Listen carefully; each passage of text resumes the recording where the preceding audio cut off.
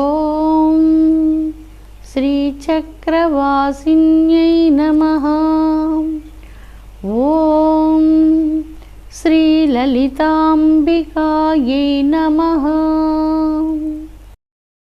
అమృతాత్మ స్వరూపులైన మీ అందరికీ మీ తల్లి అవ్యాజ్యమైనటువంటి మాతృప్రేమనందిస్తూ శ్రీ లలితాంబిక రహస్యనామ సహస్రాలలో సమయాచార తత్పర అన్నటువంటి మంత్రరాజము సమయాచార తత్పరత్వాన్ని గురించి వర్ణిస్తూ ఉంది.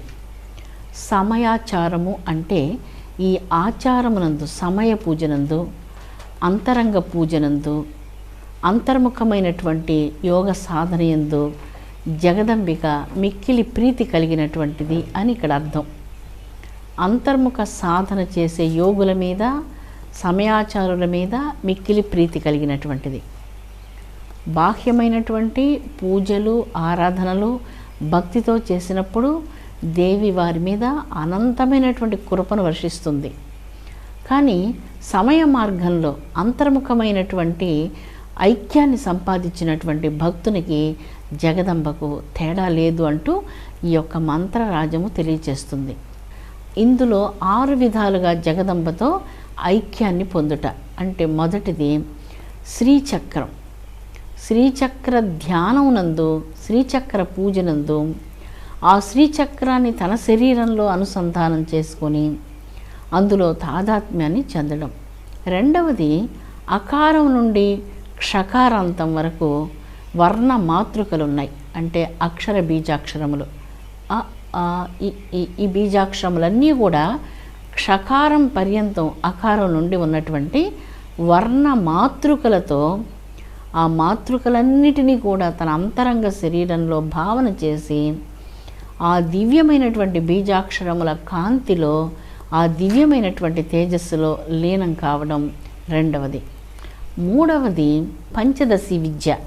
ఈ పంచదశి విద్యలో 3 కూటములుగా శరీరాన్ని భావిస్తూ వాగ్భవ కూటము, మధ్యకూటము అనగా కామరాజ్య కూటము, మూడవది శక్తి కూటం. ఈ 3 కూటముల యందు పంచదశి మహావిద్యను ధ్యానించి పరమపావనమైనటువంటి చిన్మయ దేవి శరీరంతో ఐక్యత్వాన్ని పొందడం. ఇది మూడవది పంచదశి మహావిద్య. మొదటిది శ్రీచక్ర పూజ. శ్రీచక్రాన్ని తన యందు భావన చేస్తూ అందులో పూర్తిగా లీనమై యోగంలో బ్రహ్మానంద సుఖాన్ని అనుభవించడం. రెండవది అక్షర వర్ణ మాతృకలతో తాదాత్మ్యాన్ని చెంది అఖండమైనటువంటి వెలుగుగా తాను పరిణామం చెందడం. మూడవది పంచదశి మహావిద్య. వాగ్భవ కూటము, మధ్యకూటము, అదే కామరాజ్య కూటము, శక్తి కూటం. ఈ 3 కూటములు కలిసినటువంటిది పంచదశాక్షరి మహావిద్య. ఈ విద్య ఆత్మవిద్య, మోక్ష విద్య, శ్రీ విద్య, రహస్యాతి రహస్యమైనటువంటి విద్య. ఇటువంటి పరమపావనమైనటువంటి పంచదశాక్షరి మహామంత్ర విద్యను జపించినటువంటి సాధకుడు అంతర్ముఖుడై, యోగి అయి, పరిపూర్ణమైనటువంటి సచ్చిదానంద స్వరూపమైనటువంటి ఆత్మయందు తాను బ్రహ్మానంద సుఖాన్ని అనుభవిస్తూ ఉన్నాడు. నాలుగవది శ్రీ లలితా భవానీదేవి. జగదంబకు ఈ తనువు ఒక దేవాలయంగా భావించి జగదంబ ఈ దేవాలయం లోపల వెలిగేటువంటి ఆత్మజ్యోతిగా జగన్మాతను భావిస్తూ లలితాదేవితో సమయాచార మార్గంలో, యోగ మార్గంలో పూర్ణంగా లీనమగుట. తనువులో ప్రతి కణకణమునందు జగదంబ యొక్క వెలుగు తప్ప మరి ఏదీ లేదు అన్నటువంటి దివ్య అనుభవాన్ని పొందడాన్ని ఇక్కడ 4వ తత్వంగా లలితాంబికాదేవితో పరిపూర్ణమైనటువంటి ఐక్యత్వాన్ని సంపాదించడం. 5వది బ్రహ్మాండము. ఈ బ్రహ్మాండంలోని ప్రతి అణువణువులో పంచభూతాదుల యందు, స్థావర జంగమాత్మక సృష్టి సర్వమునందు జగదంబికను దివ్యమైనటువంటి ఆత్మభావనతో దర్శించుట. ఇది బ్రహ్మాండ భావన. పిండాండం తన శరీరంలో మాంసమయమైనటువంటి తన శరీరానికి దాన్ని జడప్రాయంగా భావించి దానికి అతీతమైనటువంటి ఆత్మజ్ఞానాన్ని సంపాదించి సమయ జ్ఞానంతో తన యందు వెలుగుతున్నటువంటి దివ్యత్వాన్ని సాక్షాత్కరించుకొనుట, ఆ దివ్యత్వాన్ని సర్వత్రా దర్శించుట. అంటే అనుభవాన్ని పొందడం.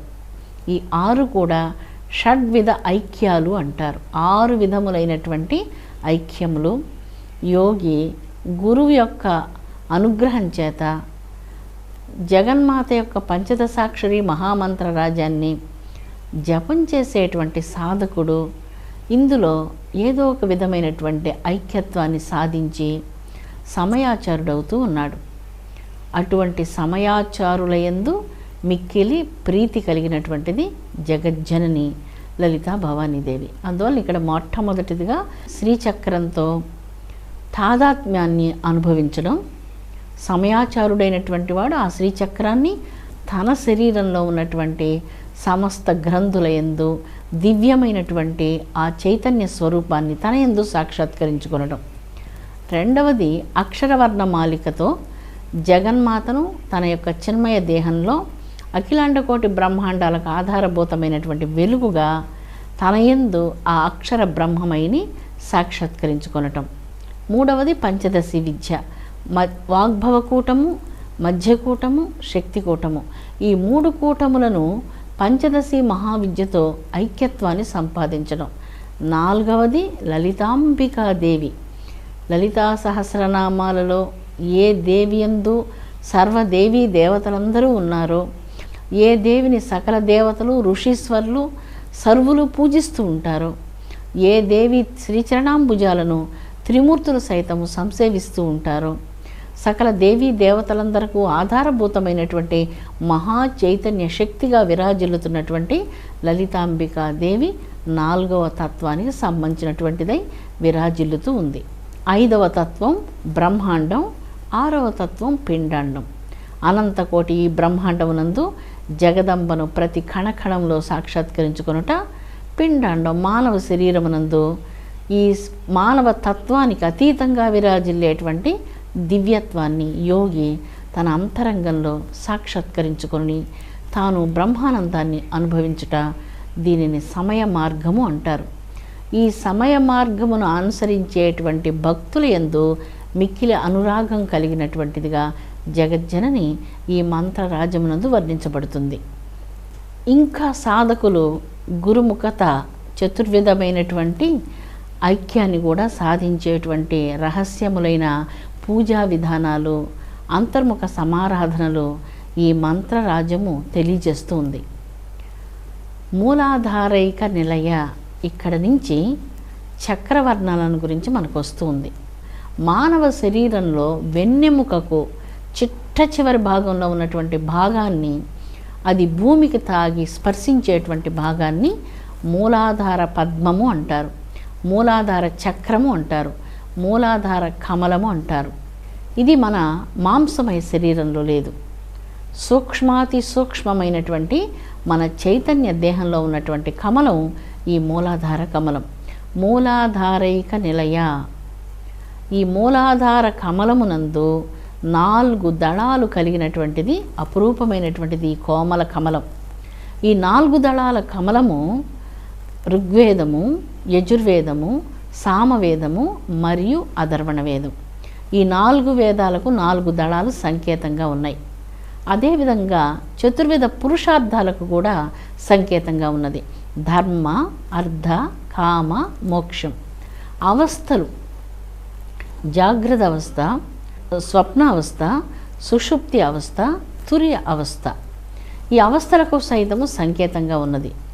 అదేవిధంగా బాల్యము, యవ్వనము, కౌమారము మరియు వృద్ధాప్య దశలకు ఈ 4 దళముల కమలము ఇలాగా 4 రకాలైనటువంటి వాటన్నిటికీ కూడా ప్రధానంగా సంకేతంగా ఉన్నది.